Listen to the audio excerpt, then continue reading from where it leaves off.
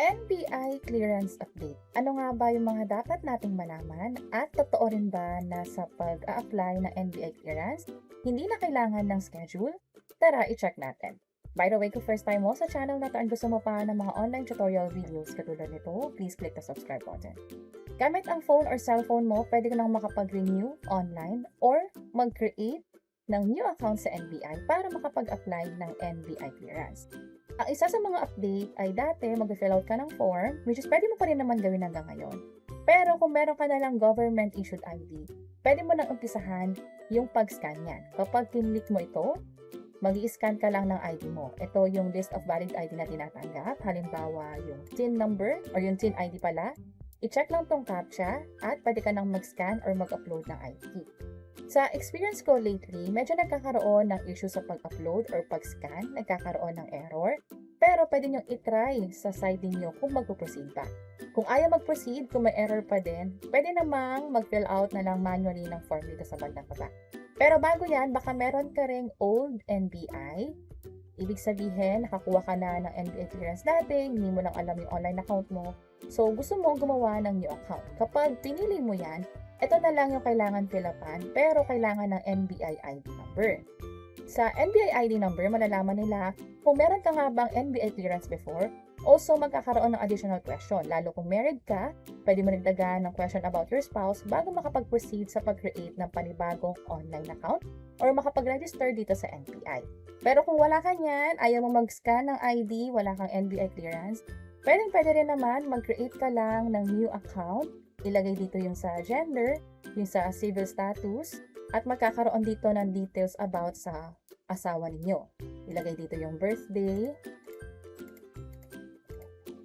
at yung complete name ninyo. Tandaan na dapat ang ilagay ninyong apelido dito, especially sa mga kinasal ng babae, ay yung pangalan ninyo nung dalaga pa dahil may follow-up question naman kung ano na ba yung apelido ng asawa ninyo. Yung sa cellphone number, kailangan makita nyo yung check mark. Kapag ganito yung nakikita nyo, ibig sabihin hindi kayo makakapag-proceed. Mag-try tayo ng ibang number. Kung mapansin nyo, nagkaroon ng check mark. Also, sa email address,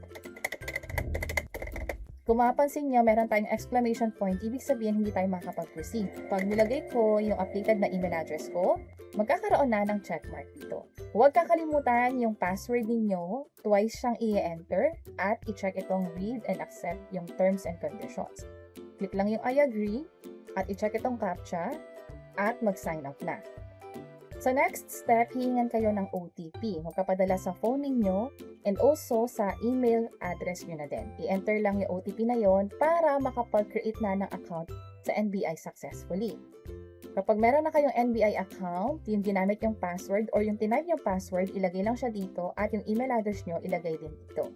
At i-click itong sign in. Kapag nakapag-sign in na, kumpletuhin lang yung the rest ng information hanggang makita nyo itong application. Ang isa pang update nila ay pag mag-a-apply ka ng clearance, dati kasi pwede kang mamili ng schedule. Pero ngayon, diretso payment na. Ibig sabihin, pag nabayaran mo na kaagad yung NBI clearance mo, 130 pesos siya, pwedeng may additional charges, depende na rin sa pipiliin mong mode of payment, pwedeng GCash, Maya. Again, pag nabayaran mo na to, pwede nang dumiretso doon sa NBI branch na napili mo dito sa bandang taas. So, yun yung pinaka-importanting update. Baka mamaya, iniisip ninyo na kailangan mag-schedule. That's why hindi kayo makapag-proceed. Pero yun pala, ay wala na talagang schedule ngayon for NBI. Basta paid na, pwede nang dumiretso sa site ng NBI or sa branch at magpa-fingerprint, magpa-picture na din para maklaim nyo na yung pinaka-NBI clearance niyo. Isa pa sa mga dapat nating malaman ay kung pupunta na kayo sa NBI, dapat magdala kayo ng 2 valid government-issued ID. Hindi tinatanggap ang company ID, hindi rin tinatanggap ang barangay clearance. Pero kung first-time applicant kayo, kailangan nyo ng barangay certificate para malibre yung NBI ninyo dahil nga sa benefits ng first-time job seekers. Again, ito yung mga valid ID na tinatanggap. Yung etc. dito, pwede nyo dalhin yung ibang ID katulad ng voter's ID, postal ID, basta government-issued ID. Kung meron kayong more than 2, dali nyo na lang din para masigurado. Pero kung meron kayong national ID, UMID passport, safe na yan, pwedeng na magamit para sa NBI clearance. At bago tayo mag-end, kapag nag-apply na kayo ng clearance at nakapagbayad na, dito sa transaction, dapat makita nyo yung status na paid. Kung pending yan, hindi pa yan pwedeng magamit para sa NBI clearance doon sa branch.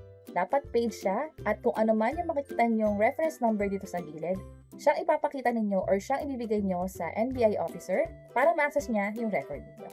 And that's it. Yun yung pinaka-importanting update sa NBI. Pwede kayong mag-sign up gamit yung government-issued ID or yung NBI clearance na luma or di naman kaya ay mag-sign up manually dito. At ang pinakamahalaga ay diretso sa pagbayad na hindi na kailangan mamili pa ng schedule. Pagkabayad nyo rito, pwede na kayong dumiretso sa branch mismo ng NBI. And that's it. Sana nakatulong tong video na to. Kung pakiclick ang like button at para sa iba't ibang mga tutorial videos, pwede nyo i-check yung mga nasa baba. Sana makatulong. See you sa next videos. Bye-bye!